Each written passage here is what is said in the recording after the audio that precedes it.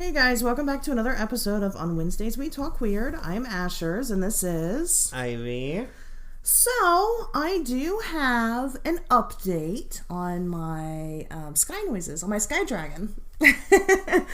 Somebody had actually sent me another video. I haven't watched it yet, but they sent me another video and another post of the same noises happening on the same night in Michigan. So Now it's in Michigan? Yes. And the cool thing about Michigan is that that's where Lake Michigan is where the current Mothman sightings are happening. So it's like this in and of itself is another synchronicity for me. Now, do they have any animal testing facilities? I don't know yet. I'll have to ask around because I haven't really pushed it too much. But yeah, it's getting deep. So I really need to get on top of it. I need to do more with it. Of course, I've been researching, but I've been doing other things. So I decided to come out of my cave and be social. So I did that. But so it's. Can't tell if he's throwing a temper tantrum or just trying to do Lord knows what. My cat is being an asshole tonight, everybody. I don't know what's going on. But yeah, so there's been an update on the Sky Dragon, and so we're getting somewhere. So now somehow this is also, maybe it's not directly related to the Mothman, but it is just odd. So we'll see. Because I actually kind of had that thought. I'm like, well, maybe I should investigate this because I already have my plate full with the Mothman and the Midwest happenings anyway. And so, I didn't know if I should just let somebody else have the Sky Dragon or what. But, this kind of tells me that for whatever reason I need to investigate this. So other things have been happening in the Fortean world. A lot of racists have been called out. I am kind of really grateful that people are being called out on their bullshit.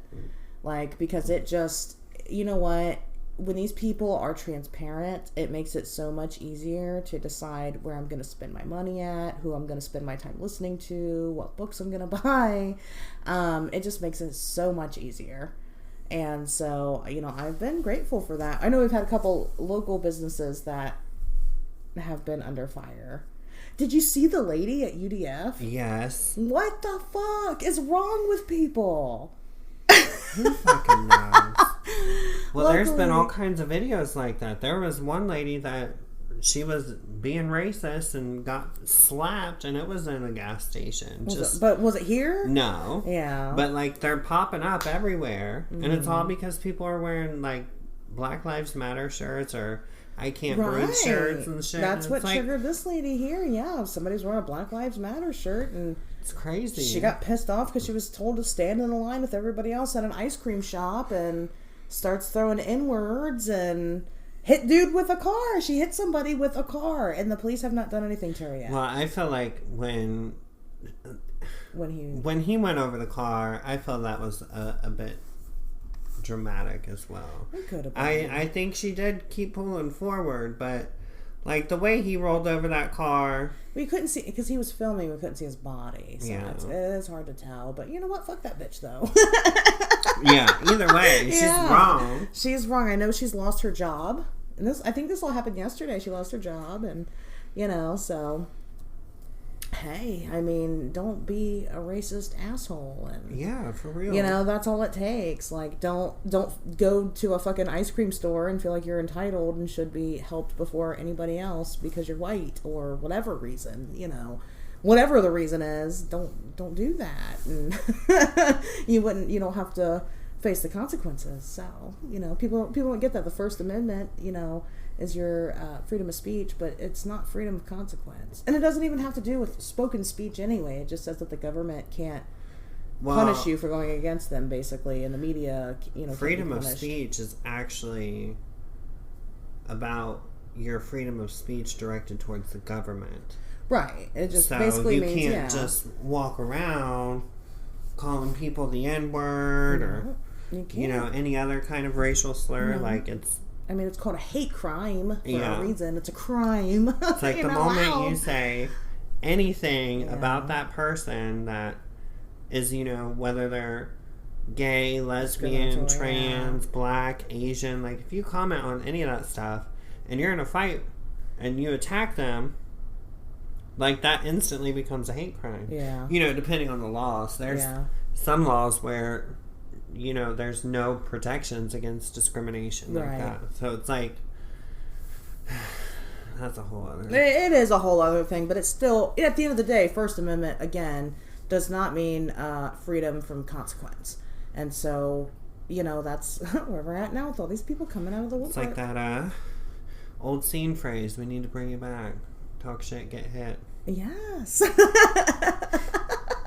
Yeah. I think that's been going on a lot. You know what? Fuck those people. She's lucky it wasn't somebody... Because she did hit that man. She slapped him across the face. And you know what? I would have torn that bitch the fuck up. It would have been over. Like, it would have been over. And it's like, she's so lucky that he handled it the way that he did. And, you know, you can't just go around fucking hitting people. You can't go around calling people the N-word. Like, you can't do that. Like, I don't know when people are going to learn, but you can't. Well, she was walking away. And if you hit somebody and you walk away and they come after you, they can then become the aggressor. Yeah. And they can actually get the assault charge, too. Yeah. So... You know, it just kind of depends. Especially with him being a man and her being a woman. I don't know. If he would have retaliated, girl, you know that would have caused... It would have been a big deal, yeah. You know me, you done fucking hit a man. And then he's wearing a Black Lives Matters t-shirt. People would have been like, oh, those Antifas and their terroristic ways. Right. It's like, you know, you don't hit somebody and expect to not get hit back. Exactly. So if he hit her back... I wouldn't be mad about it. Now, if he, morally, like, wrecked her fucking shit, yeah, I'd be like, okay, that's fucked up. Right. Like, she just slapped you. Like, you could have just flicked her on the nose or something. Like, bad dog. No more. Bad racist. Oh, yeah, I don't know. Like I said, I'm glad that people are coming out of the woodwork because it is making it easy, you know, to spot them. And like John Stafford. John Stafford's another one. He's really going ham. Yeah. He really went is. off on this guy named Dean, I think it's Lucas. I don't know. I just know him as Dean. I don't, like, actually know him. I just know of him because he's a barber. But, like, he's attacking him. Like, come on, dude. Like... Right. You need to chill. And then Greg McAfee... Yep, he just apologized. Oh, did he? He did. You didn't see the apology? Oh my gosh, girl, don't even read it. I wouldn't take it. No, he did it on like major news stations. He's not getting his sponsorship back. He lost a lot of his sponsorship. Good. WHO won't sponsor him. A bunch of people won't anymore. But he did an apology, and he was like, well, I realize now, you know, my mistakes after talking to some of my friends, most of which are black. And it's like, so he pulled the I got a black friend card. Yeah. So it's like, no. Like, you learned your lesson within a week's time? No. No. So. That's not how it works. You know, it's like I said, it's making it easier to know where to spend your money and where to stick your support. So I just wanted to mention that because that is a big thing in the weird community right now. And so, you know, we're watching, we're aware that it's going on. You know, just want to make that clear. But anyway, so this week's topic is a specific request that we had. Somebody asked if we would talk about death. And so when they asked if that's what we would talk about, they kind of mentioned more along the lines of like scientific sides of like what they do when you die with your dead body, like how they prepare you for funerals and stuff like that. And then of course I figured we could expand it and talk a little bit more about other things. Yeah, I want to talk about the Victorian age.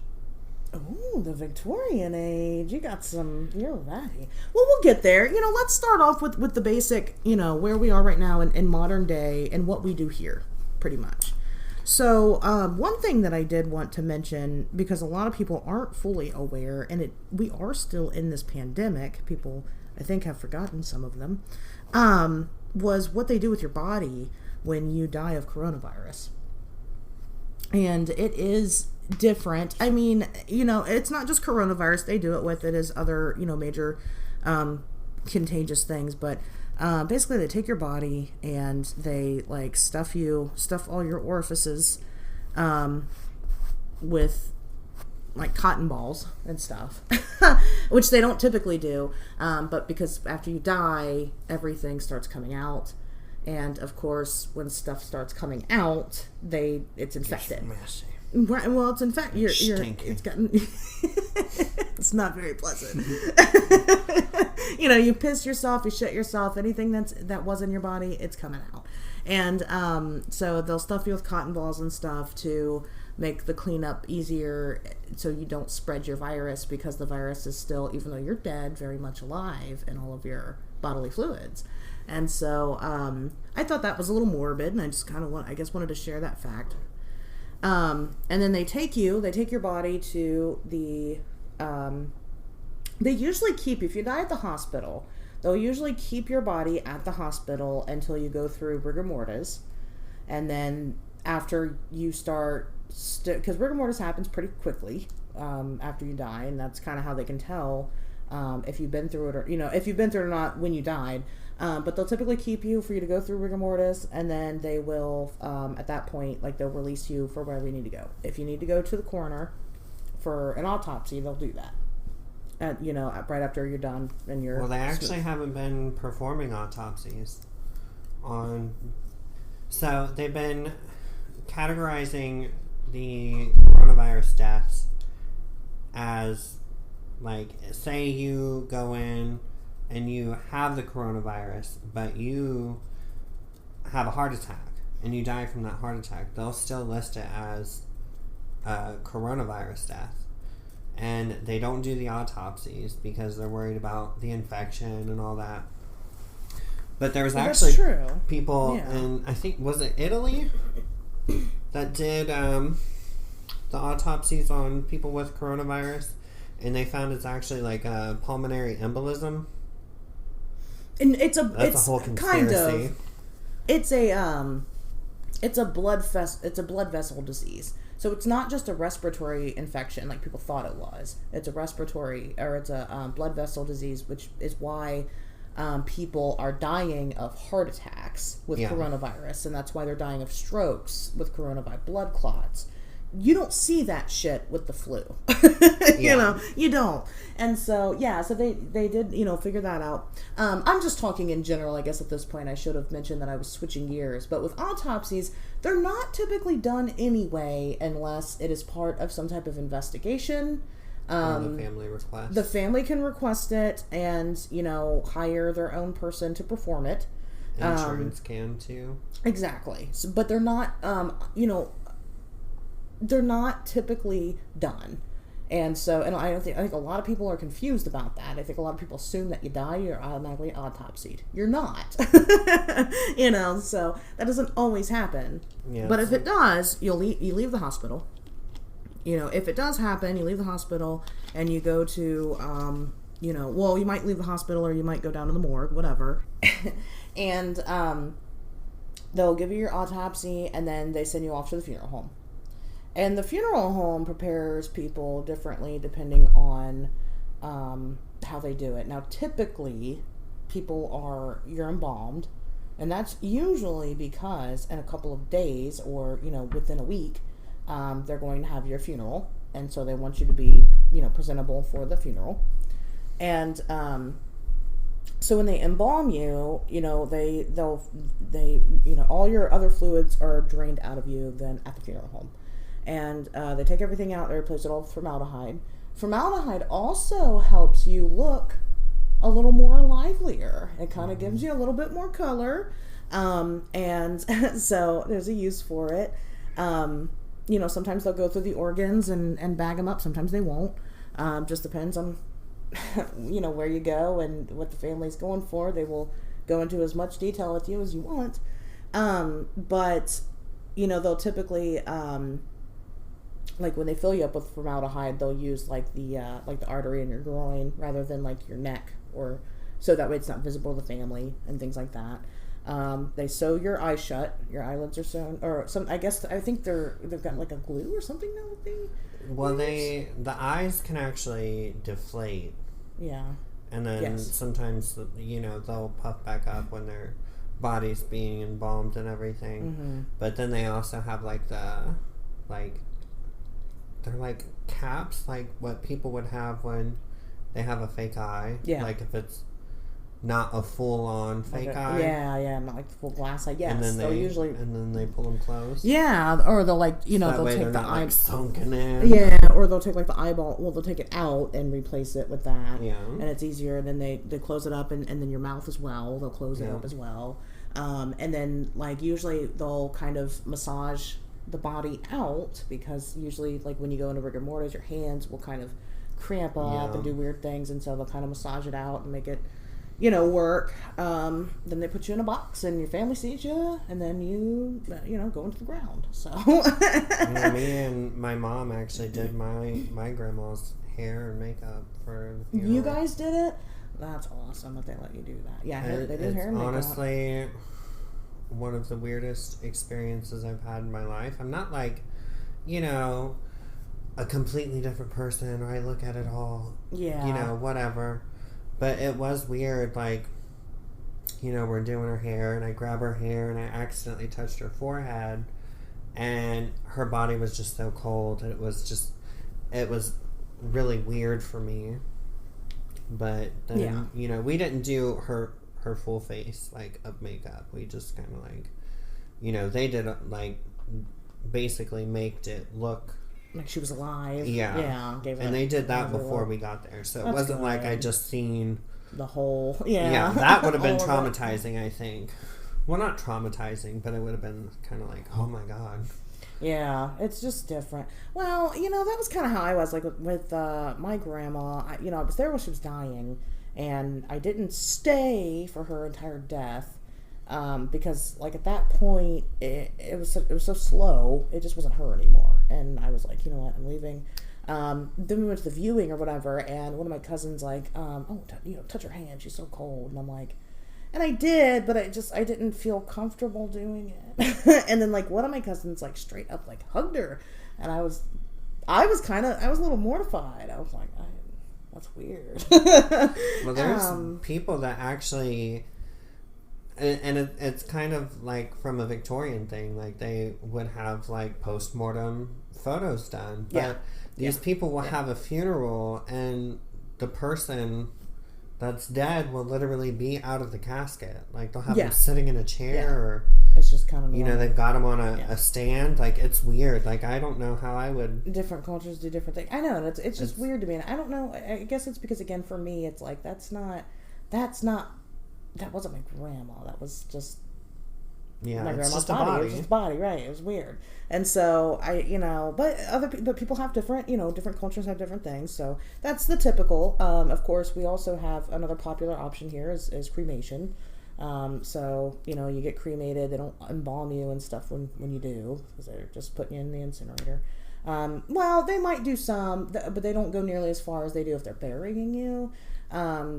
Just for the sake of like the funeral and stuff like that, because you start decomposing immediately, and a body in 24 hours is going to start stinking. Even when you are embalmed and like prepared for a funeral, once you come out of the refrigerator, you have about 5 hours. Yeah, you're dying. Yeah, right. Your body is it's being taken over. So it is a very it is a very interesting process. I mean, I suggest people look into it if they're interested. There's actually a YouTuber that I like to watch, and her channel is called Ask a Mortician. And I've seen that. Yeah, and she's written all kinds of books and stuff like that, and she talks about it a lot. So I highly suggest checking her out. I can't ever remember her goddamn name, but there was she's cool. Didn't the Roman Catholic Church finally say it was okay to be cremated and only in like 1969 or something like that? I don't know for sure about that, but you would probably know more than me about that. Probably. I believe that. Because it used to be that if you were cremated, that you didn't acknowledge the afterlife, essentially. That's weird. Yeah. Hold on a second. Yeah, cremation to me seems, I don't know. I haven't decided yet what I want to do with myself. But being cremated, I don't think sounds like the way I want to go. Yeah. I've always wondered, like, you know, when you are dead, like, you know, do you leave your body instantly? Or are you still kind of there to kind of, like, be a part of that experience in order to move on? So it's like, if that is the case, and, like, your body is thrown into the fucking oven... And you're alive, you know, you're aware. Conscious, yeah. Yeah, that like, it's happening. Like, is that really... But, I mean, is it really any better to be stuck in a hole? I don't think so. Right. I want to have a big mausoleum where, like, you can, like, walk into it and there's, like, my casket. And, like, it's all, like, it's really... Like, it's like made up of iron or something. Right, and something cool. People, yeah, something awesome. And like, people can, like, sit on a little bench and talk to me. And we hang out and... I hope like teenagers come there and have sex at night. Yeah. I hope. Look for Ashley Hope's mausoleum with gravestone. It's my dying wish. That's another thing I keep telling Jazz. Me and Jazz have like our pacts together for whoever dies first. And I told her, I'm like, listen, I have to die first because I want you to come and dance on my grave. She's like, okay. And I told everybody. And I told Shane, I told him that... Jazz said she would dance on my grave when I died. Well, he's in on it. He's like, oh yeah, right. I will. But I asked him if he would piss on it. And he's like, I don't think I can do that. I'm like, please. He's like, I don't know. So I got to find somebody that'll piss on my grave now too. So I don't know. But anyway, so yeah, so there's a couple of options. And then like nowadays, people with their ashes, you can do different things with ashes. And you can. Some people do like the biotree thing, where you put your ashes in a tree and it grows, or you can put your ashes anywhere and they grow. I know that like our friend Jazz, she her mom, she has a piece, like a vial necklace with like some of her ashes in it, and then she also, like, whenever she travels anywhere, she takes some of her mom's ashes and dumps them wherever she goes. And which sounds cool, but then like I remember talking to her dad one day. And he was like saying how he doesn't really like that because then it's like she's not really whole. And I'm like, well, I've never really thought of it that way before, I guess. Maybe he's right. I mean, would that disrupt the soul if you're not? I mean, supposedly it does in horror movies. I Dismantle don't think people so. And bury them in different places, but I think it's more of a sentiment for like the people that knew you. More than anything. Well, that's another thing I think is that, you know what, when you die, whatever it is that happens to yourself when you die is not really for you. It's for whoever is left. That's what it is. Because I wholeheartedly believe that you die and that's it. That's it for your consciousness. And of course I can't prove that, but that's what I would like to believe happens, and your consciousness leaves and goes somewhere else. And so I would think that whatever it is that's done with your body would be more for your family and your loved ones and stuff than it would be for you. And so, that's my personal opinion on it. So there's some options here. Another really cool option that like I would prefer, if I could do it, would be a sky burial, where they take your body wrapped in some type of biodegradable cloth, and they put you on the top of a mountain and they let vultures and animals and shit have at you. And it's like, that's natural. I mean, that makes much more sense. And so it's like, because... And then like 10,000 years later, they'll uncover your skeleton. Like this frozen in ice. Lived with the wolves, yeah. It's just me. They unfreeze me and I'm alive again. Like, hi!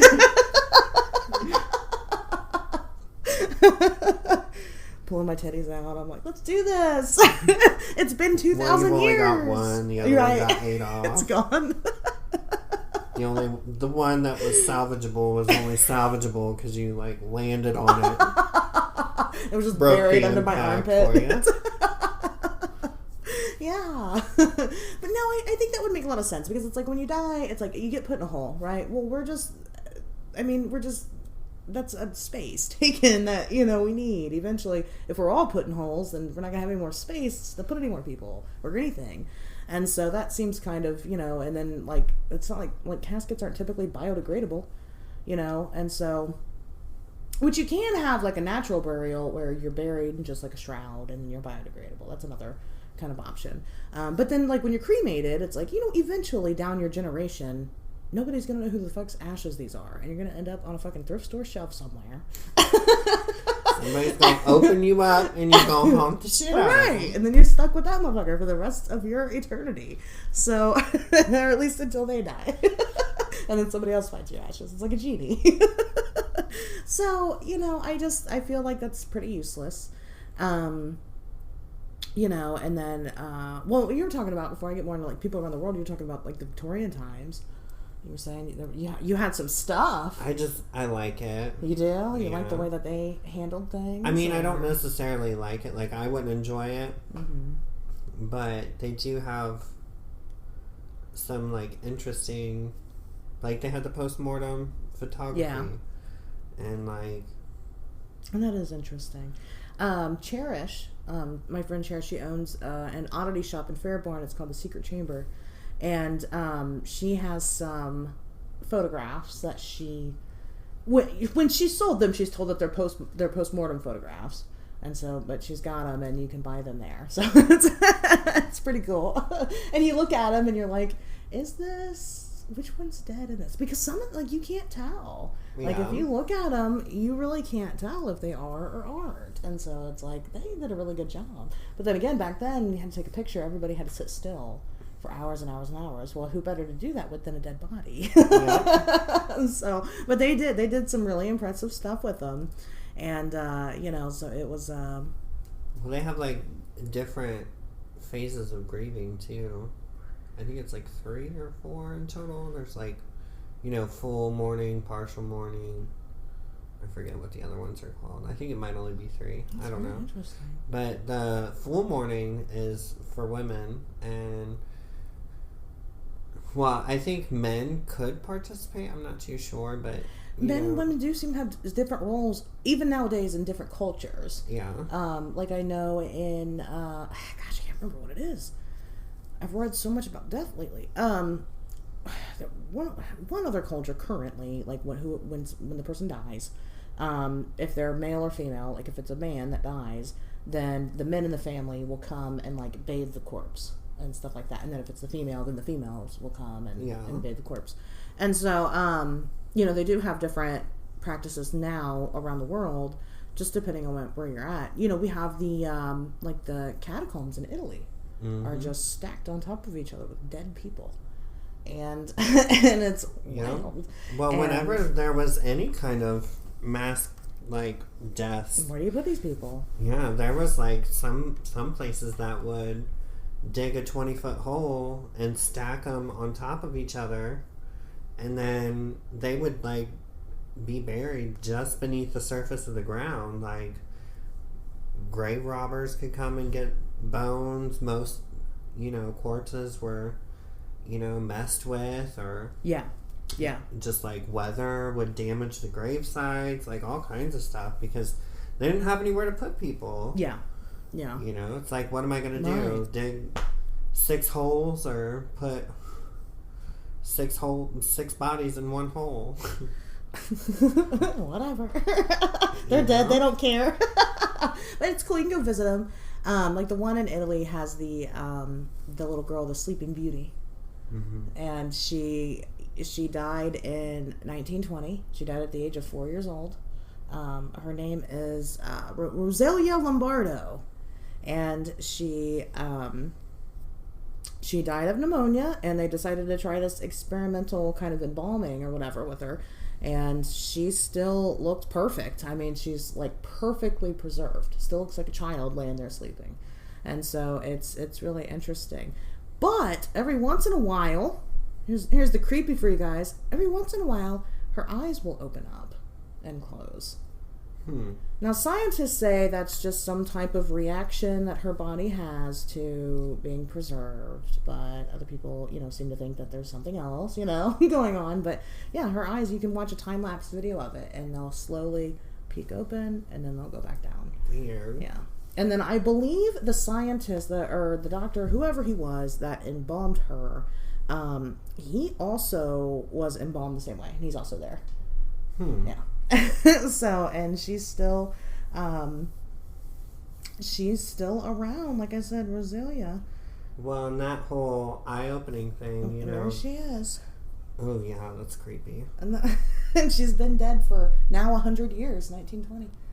Yeah, that's crazy. But she's still, well preserved. Anyway, continue. The eye-opening thing. Yeah, the Greeks, they actually used to put coins over the eyes and a coin in the mouth, or one or the other, because for them to pass over into the underworld, they had to cross I think it's called the Styx River. Yeah. Well, and the coins were to pay the ferry. Yeah. So, oh yeah, that's right. That's right. But there's also other cultures that do that same coin technique, because they feel like when people die with their eyes open, that they are actually scared of dying because of their life, course or whatever. Yeah. But, them putting the coins over their eyes prevents their eyes from reopening and allows them to peacefully pass on. That's, wow.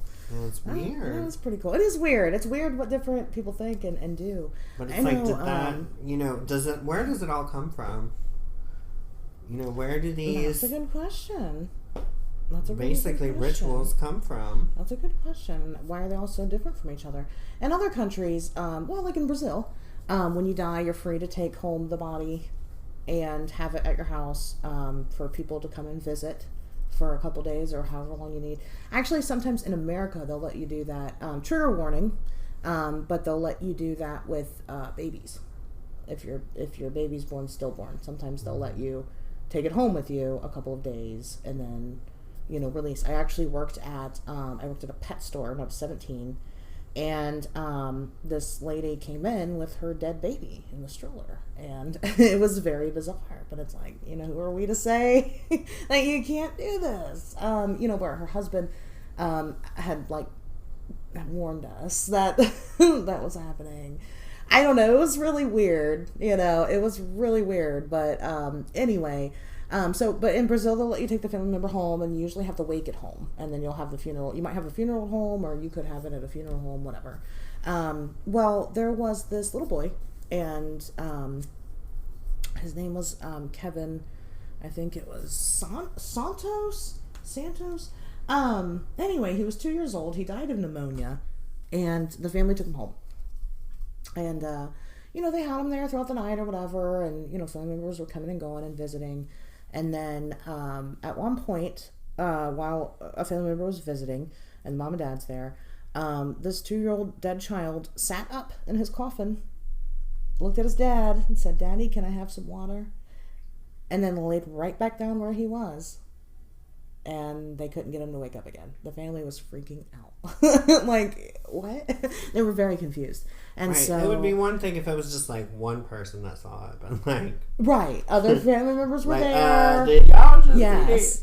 And so they tried to wake him up, and they picked up his body, and they took him, rushed him to the hospital, where the doctors said, "No, this child's dead." And then they were kind of playing around with what to do next, but they did have the funeral, and they did, bury him.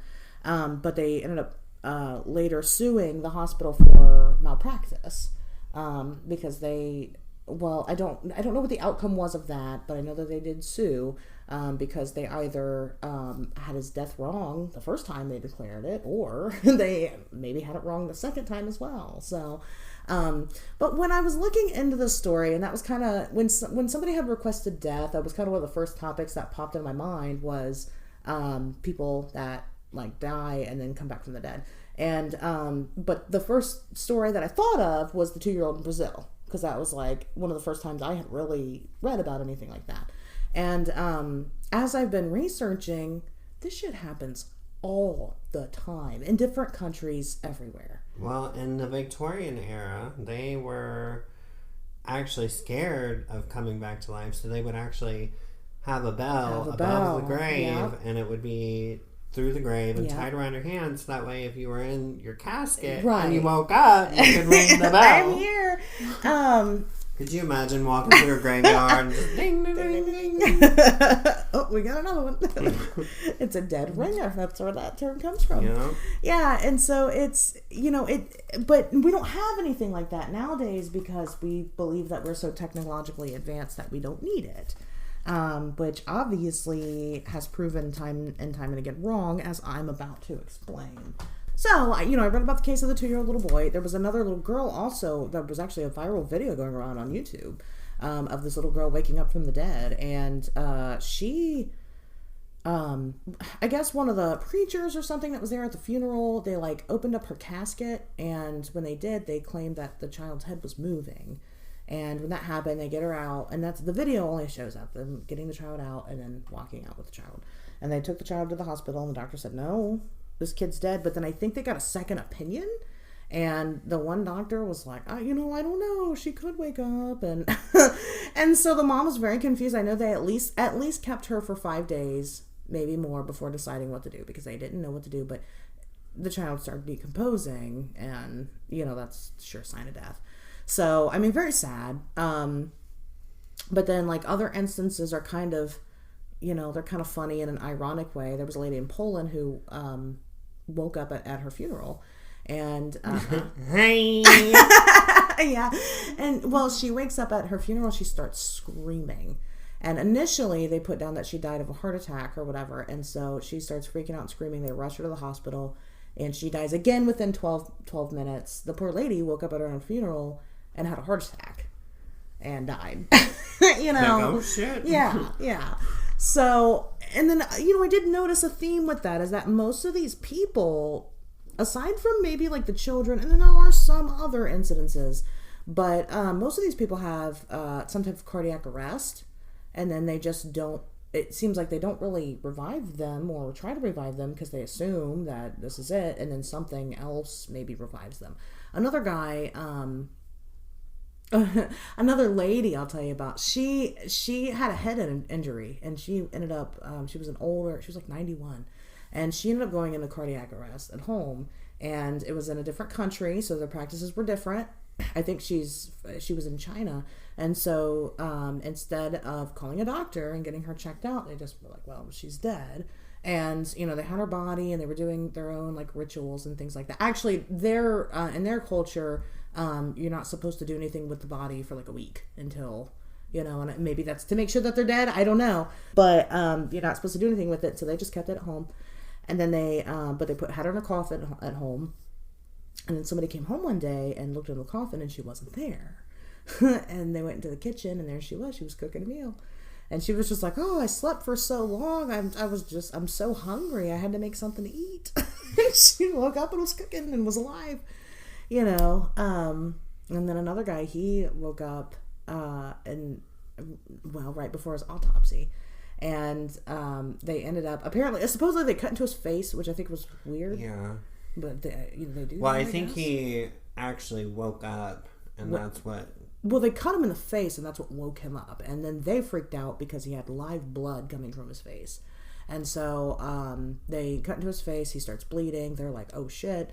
And he wakes up because he says it was because he was just in so much pain, that he woke up. But he was dead. These people are dead people. And then countless people waking up in the morgue and scaring the shit out of the staff. And... so that it happens a lot, and that's really scary to me. Like I said, what if then you're like, oh, I'm going to be buried, or, I'm going to be cremated. It's like, but what if you're not actually dead when that happens? So it's like, I want to have as natural death as I possibly can, or as natural burial as I possibly can, but the more natural you go, the less they do with your body, so therefore you could still be alive, and they just stick you in a hole. Yeah. And it's like, that's scary to me. Are you an organ donor? I am. Well, okay, so I guess you're right about that. So I guess they'll have to cut me open at some point. And I figure, fuck it. Might as well advance science in some way. Yeah, absolutely. And of course you got people that, clinically die a couple times and they have their own experiences. And, I think we decided we're going to talk about that on a different episode just because there's so much involved. And I think it would be better to just do kind of a whole episode on the afterlife in general. And then we can talk more about their cultures and, what other people think what happens when you die. And so, and we'll just save that part for that time. But yeah, it happens a lot. So these people, and some people continue to live, after they wake up from the dead, and they talk about it, and some people don't. And, that's just, they'll wake up for a second. Like I said, in case, like that little boy, he woke up for a second and he was dead again. That old lady, she woke up and died. So. Well, and there's scientists that actually say that when you are dying, that your body releases like a hallucinogenic type of whatever. I forget what it's called, but it makes you hallucinate essentially, and that's why people will see like a light or whatever. So it's like, could you imagine if like that happened, like you're declared dead and that whole process happens and the whole time you're just tripping the fuck out and then you like come back to reality, like what?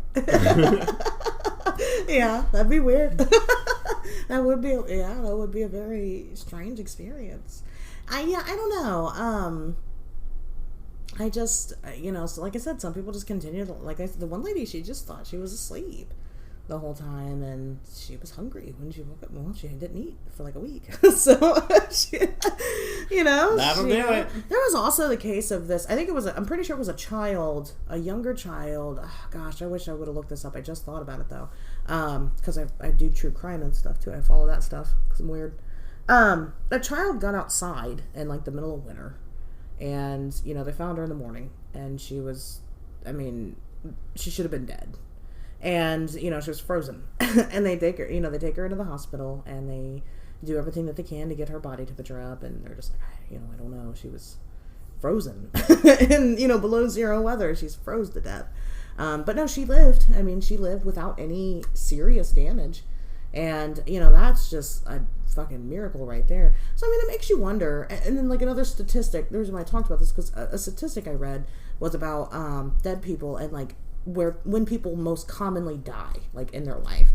And, like, say they're already actively dying, and, some individuals will wait until a holiday or a birthday or, like, a major, they'll kind of wait for a major life event and then they'll die. Or they end up dropping dead, like, at the event, because they've just hung on for so long. So it's like, how much of it are you in control of when you die? Do you get to choose to some extent? Because obviously the science shows that you kind of do. And so I thought that was very interesting. And so, like, I like to think of the case of the frozen girl, because it's like, she should be dead, but she's not. And that's a lot of people survive a lot of really weird freak accidents, and it's like, why didn't they? Why not them? Why not me? Please, now? I'm just kidding. But yeah, things do happen, and and they do question it. I'm sure they do. A lot of them do. But it's like, is it because they just had that strong of will to continue to live that you can will it to some extent? And then older people, when you watch older people die, my grandmother, she told my aunt about 2 months before she died. She said, "I'm dying. What do you want?" Because my grandma had 5 kids and a million grandkids, so she was trying to plan it before she even died. But she knew, and she died, and they know, they just know. And it's like, do they get to that point, like, while they're dying, or they're like deciding, like, am I ready yet? And then they just are like, okay, now's the time. Really?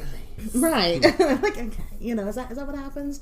It's hard to ask them, because usually then you start getting really loopy and out of it. And I know my grandma did. She started seeing stuff, and my grandma didn't have dementia or anything. That's just normal for, when people are dying, they just get strange. And so, I don't know. It definitely makes me question a lot of things that, I believe in or don't believe in or whatever. So it's just interesting. Death is a very interesting topic. It's something that we all have to discuss, but we don't all feel comfortable talking about it. I know that I keep trying to bring it up to my mother for various reasons because, let's be honest, I have a lot of health issues. I could die before her or anything can happen regardless of health issues or not. As soon as you are kind of an adult in some type of way, you should already start planning your death. You should get in a car accident because it could happen at any point in time, and I have a child, and I have to be responsible, and then plus when my mom dies, I want to know what she wants me to do with her. I got to know all the decisions that she wants to make because sometimes things just happen, and so I kind of try to nonchalantly bring it up, and it's have weird. You got your will in order? She needs to fix it. She does need to fix it, and we've kind of talked about that, but my grandma left my aunt $1. Wow, your grandma, fucking shade of the century. What did she really? Oh my gosh, I'm so glad none of our family listens to our podcast. Right. That's fucked up. Well, don't be a bitch. Don't be a bad person. And I mean that was her daughter. Yeah, that's wild. Oh my gosh. She was gonna show her, wasn't she? Oh, that's so funny. I do wonder if she would have changed that if she knew when she was gonna die, or because she died of congestive heart failure, so it's kind of just you might know, but by the time you know, it's you too can't late to know. Yeah. Let me go fix my will. Why do you think they fix things eventually in life? Yeah, I think so. You don't think she would have left her the $1 at the end? I don't know. It's just one of those things. You don't know because it'll never happen. She would have adjusted that. I don't think she would have left that. Yeah. But, yeah, it's weird to think about. I know that my mom right now, with the guy that she's with, they've been together for 15 years, and, of course, when they moved in together and things got serious, they, kind of went over that kind of stuff, and, so he's in her will, and he gets money, but now that they don't, well, they're together, but she doesn't want to be with him. She wants to take him out. And so, God, I hope they never listen to this. So she needs to modify it. And so, I know that if she died and he got as much, and of course, when they did this, we were still, my sister and I both were still kids. My daughter was not around, and so my daughter is currently not in her will. Oh yeah, she's gonna want to fix. She's gonna want to fix it, right? She's gonna take what she was gonna leave to Jim. Yeah, and leave it and give it to Maylee. Yeah, exactly. And so and that's the plan. She just needs to do it. But anything can happen. Anything can happen. And so I'm you need to do that. So it's one of those. And then she has life insurance policies for both me and my sister. But then it's I don't know what that's going to mean. When I die, I think she still gets money for me right now, even though I'm an adult. But it's realistically, anything that happens when I die should go to my child. So it's what does that mean exactly? And, so we got to figure that out.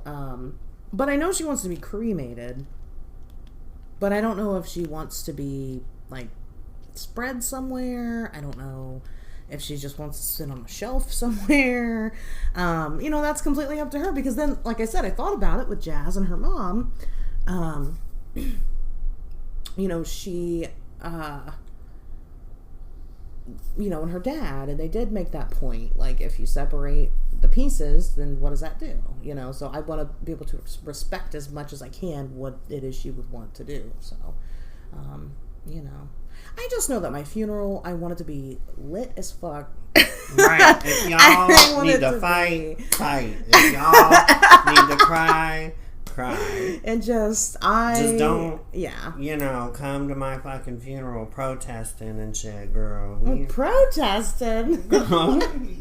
These motherfucking crazy ass Christians and shit, girl. Yeah, that's true. They're just disrespectful. No, I want my funeral to be a big old party. And everybody says that, but nobody ever does it. Nobody ever follows through. It's like, but no, that's what I want. I want a big party, and I want everybody to, to celebrate my life, not mourn my death, because then that makes my life seem like it didn't mean anything until I died. So, and then I want people to come, and I want them to put me in the hole, and as soon as that bitch is fresh and done, dance on it. Bring a boombox. It's gonna be fun. Find a boombox somehow, somewhere, and have a big party at my grave.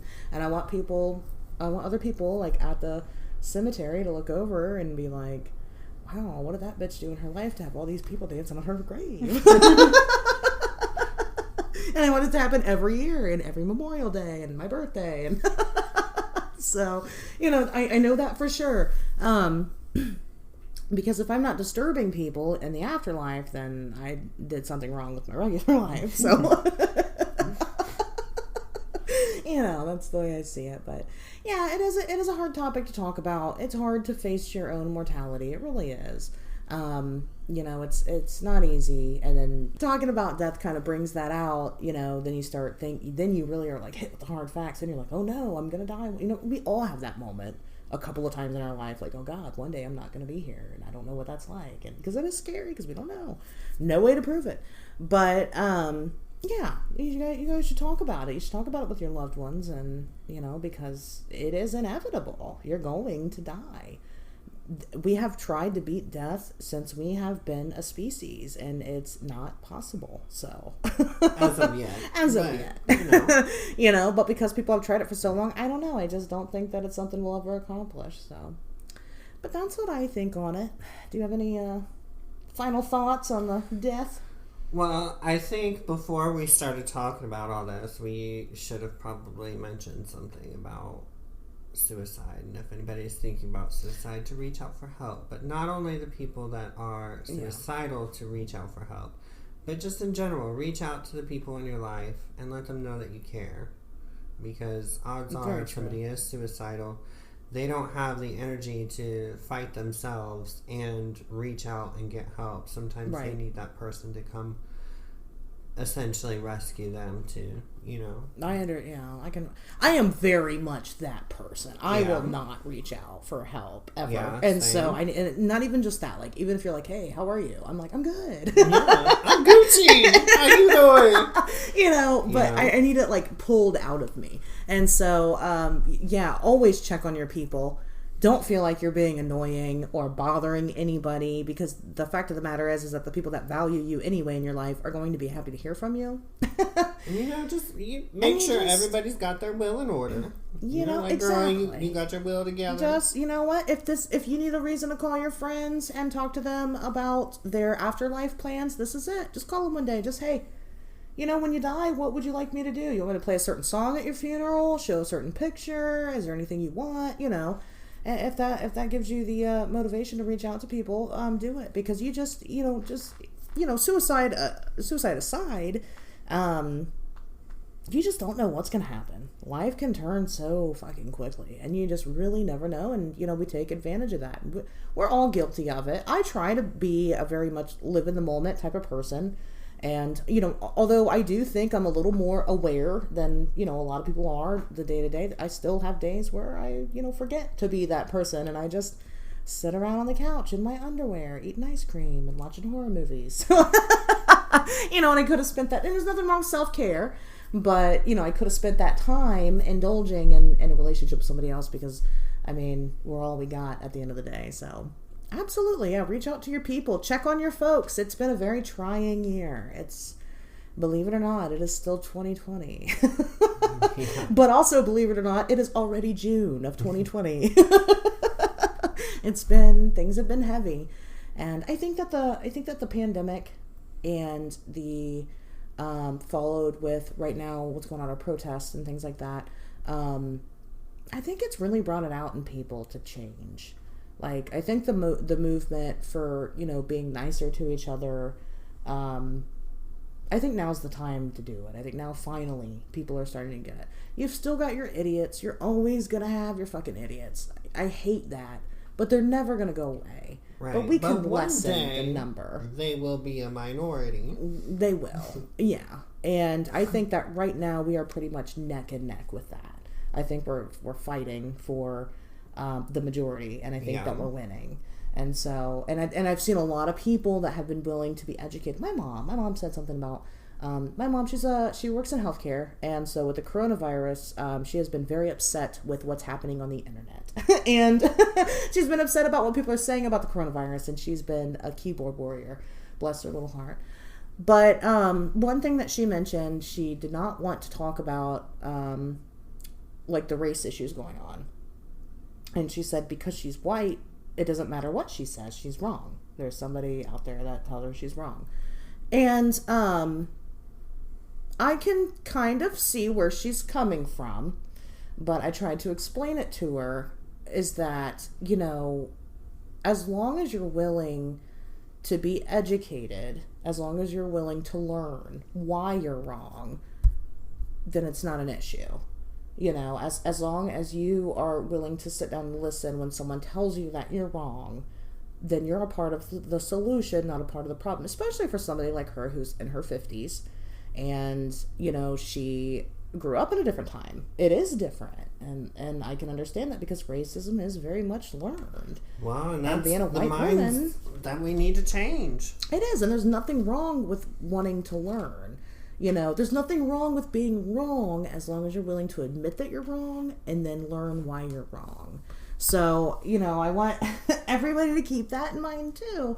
Especially, you know, with me, I don't always get it right, you know, and I know that. Being white, I will absolutely never know what it's like to be black. It's not possible. Or just a person of color in general. It's not possible. And I might not say the right things. Like, for a long time, I was one of the people that said that, you know, I don't see color. I don't see color. I just see people. And I found out that that was incorrect. Because by saying you don't see color, then you're erasing an entire culture. And it's like, okay, all right, well then tell me. You know, teach me why that's incorrect. And I learned, you know. Well, I think white people really underestimate the process of what it is to release everything that you've been taught. Yeah. Subliminally or just flat out. Right. And it's a hard process, you know, it's not anything like what some of our, you know, black brothers and sisters have to go through, or any person of color, you know, but it's our journey within that same realm. You know, we have certain priorities that we need to take for ourselves and for the people that the system was not designed for. Yeah.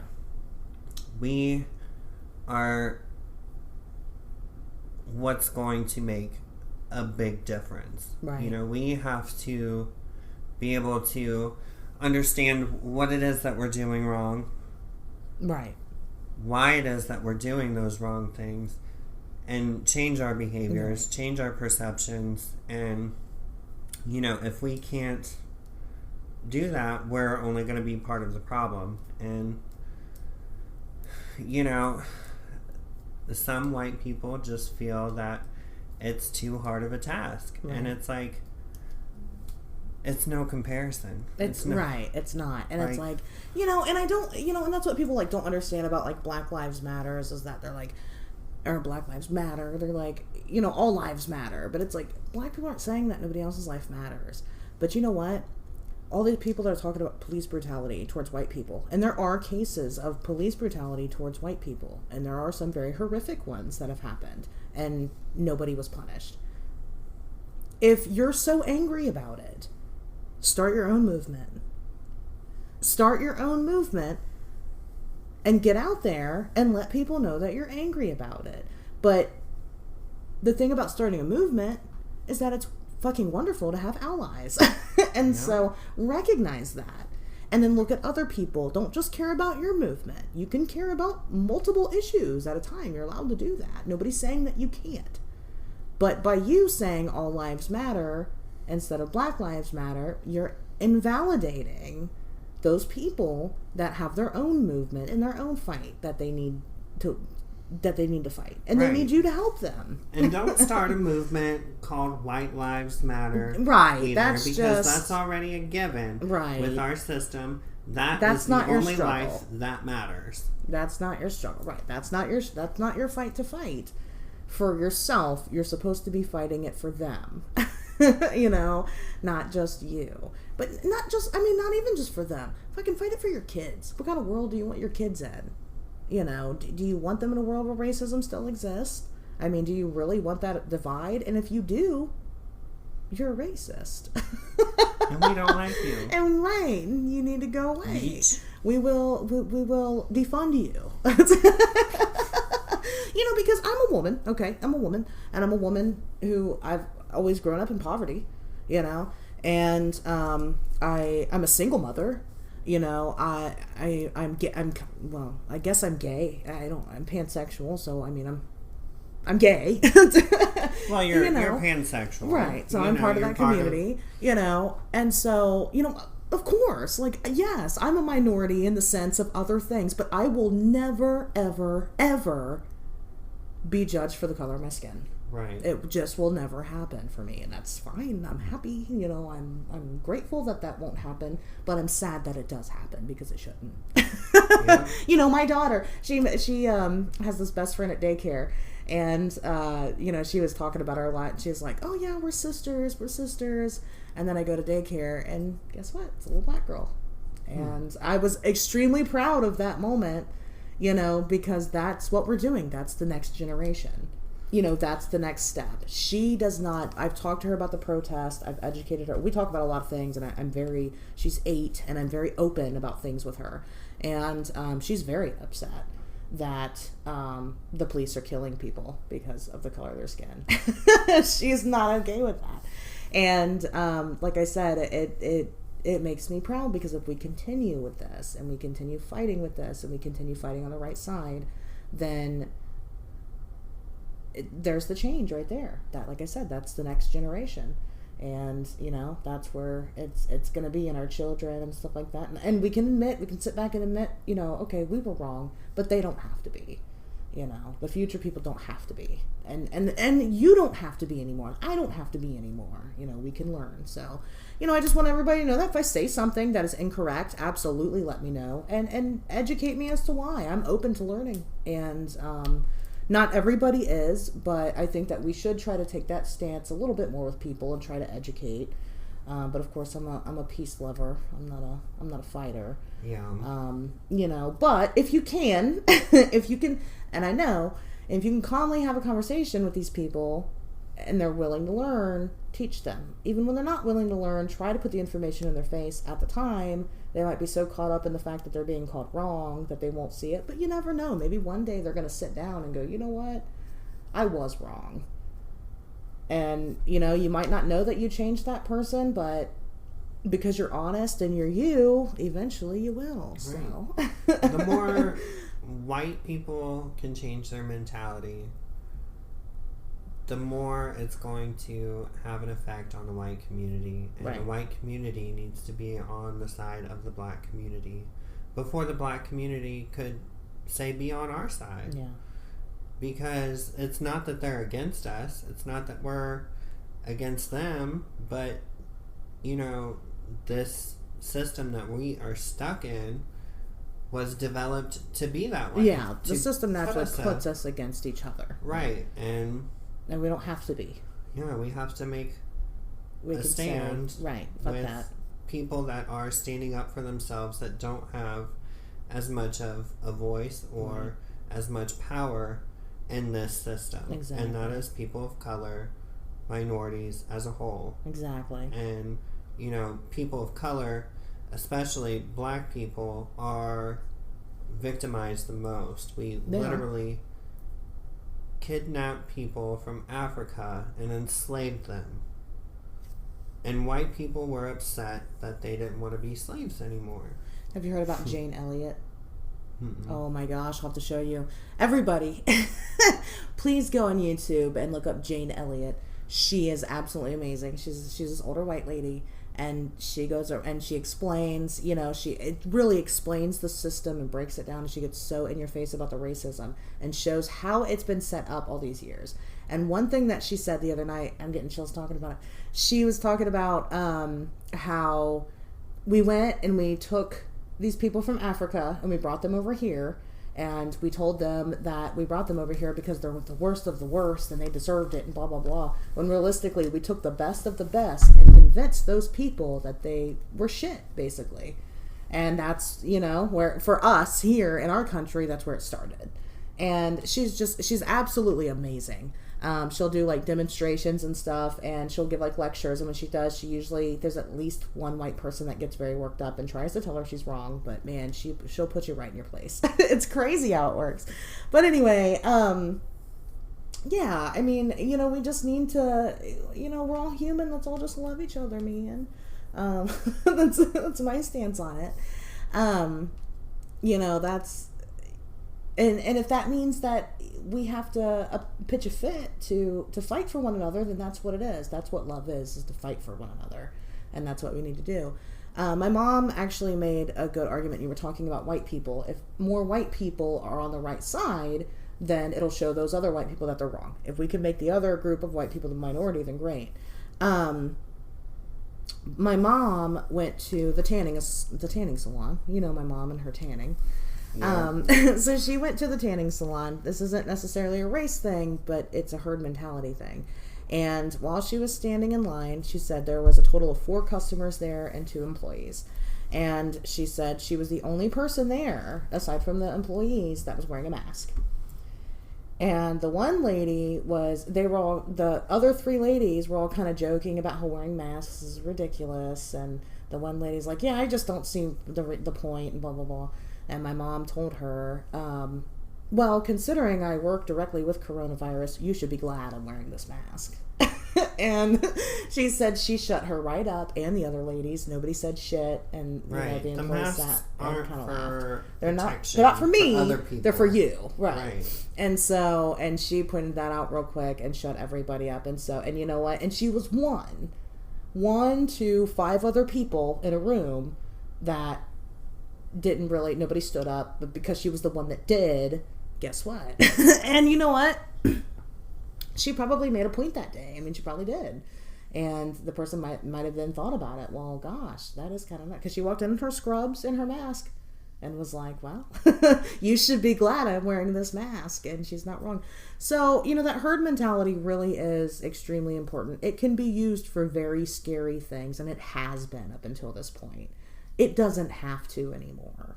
We can use it for better things. Right. Well, there's that girl, Kimberly Jones, that just posted a video a few days ago, and she's speaking from a black perspective because she's a black person. Yeah.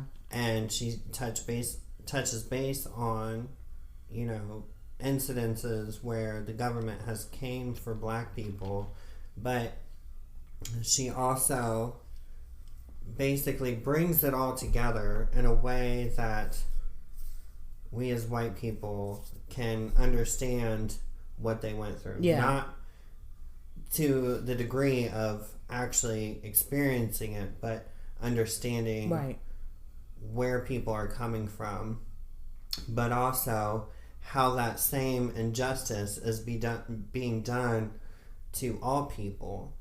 But, the fact of the matter is black people need to be the focus of this movement. Yeah. And,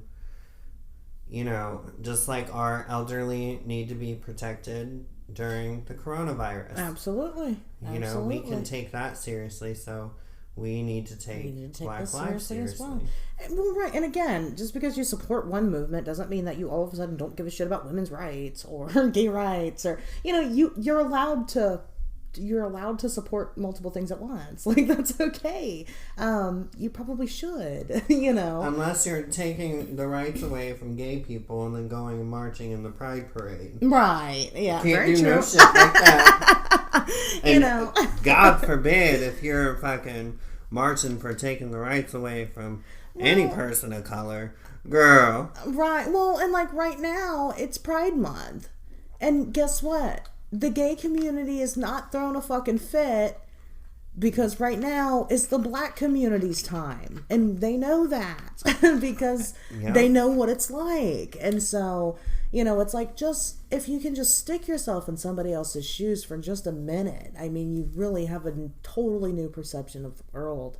And, you know, people just aren't doing that enough. So, well, we're also not up in arms about not getting, you know, to celebrate Pride Month because of coronavirus. Exactly. But, you know, people were storming the state to fucking go out to eat and get a drink at a bar. Right. So, exactly. And we're just like, perspective is key.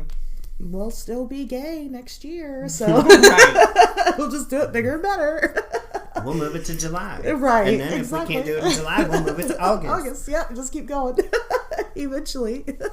You know, exactly. And so, I mean, you know, that's, you know, just, I mean, look at that and just compare that to different people that are so pissed off that people are protesting. And it's like, you know, like I said, people, you know, need to be able to change their perception. And if they don't, just continue to be the voice, because that's very important. And you just don't know. Like I said, even though that's somebody, you might be on the internet being a keyboard warrior, or you might be out about, you know, somewhere where you have the chance to stand up. If you have the chance to stand up, you need to do it. And I think that's what's really important with all of this, coronavirus, rights, all of it. You know, just basic human decency. If you see somebody doing something wrong, say something. That's my thing. Accountability. If we are held accountable to our actions, then guess what? We're not going to repeat the same dumb behavior that gets us in trouble. That's just human nature. Right. So, you know, why don't we just start, even though it might seem, you know, heated at the time, you still need to hold people accountable. So, girl, white people especially, when a white person calls a white person out on their racism, I don't know why, but it blows up, sends them into a rage. Yeah, it makes them so angry. Because at least with the black people, because they haven't done the research and stuff, and then they're like, well, you know, these people have lived with it their entire lives, so they know the numbers, they know everything about it. They're like, well, here, this, and this. Or they just give the simple argument. Do you fear for your life when you're pulled over by a police officer? You know, and they can't say yes. You know, none of them can say yes. The white people are either going to listen or they're just going to continue to be a racist piece of shit. Right, and that's just the way it is. But, all right, guys, we're getting too much into the politics, and well, even though I don't think racism is not politics, right? I don't think it's necessarily politics. It can be. It's a political issue, but it shouldn't be social construct that needs to be dismantled. I mean, that's another thing, right? It just shouldn't be. It shouldn't be an issue at all. I mean, you know, and that's that. It shouldn't be a political issue, but it is. But it is. And it's also a social issue. Right. But it's both, just like the coronavirus. A virus should not be a fucking political issue, but it it is. You know, leave it to America to make everything political. It's great. All right. Yeah, let's stop. Okay, guys. Well, we will be back next week. I don't know what we got planned yet, but you know, maybe we'll do Death Part 2 next week. I don't know. We'll see. All right, guys. We will see you next time. Bye. Bye.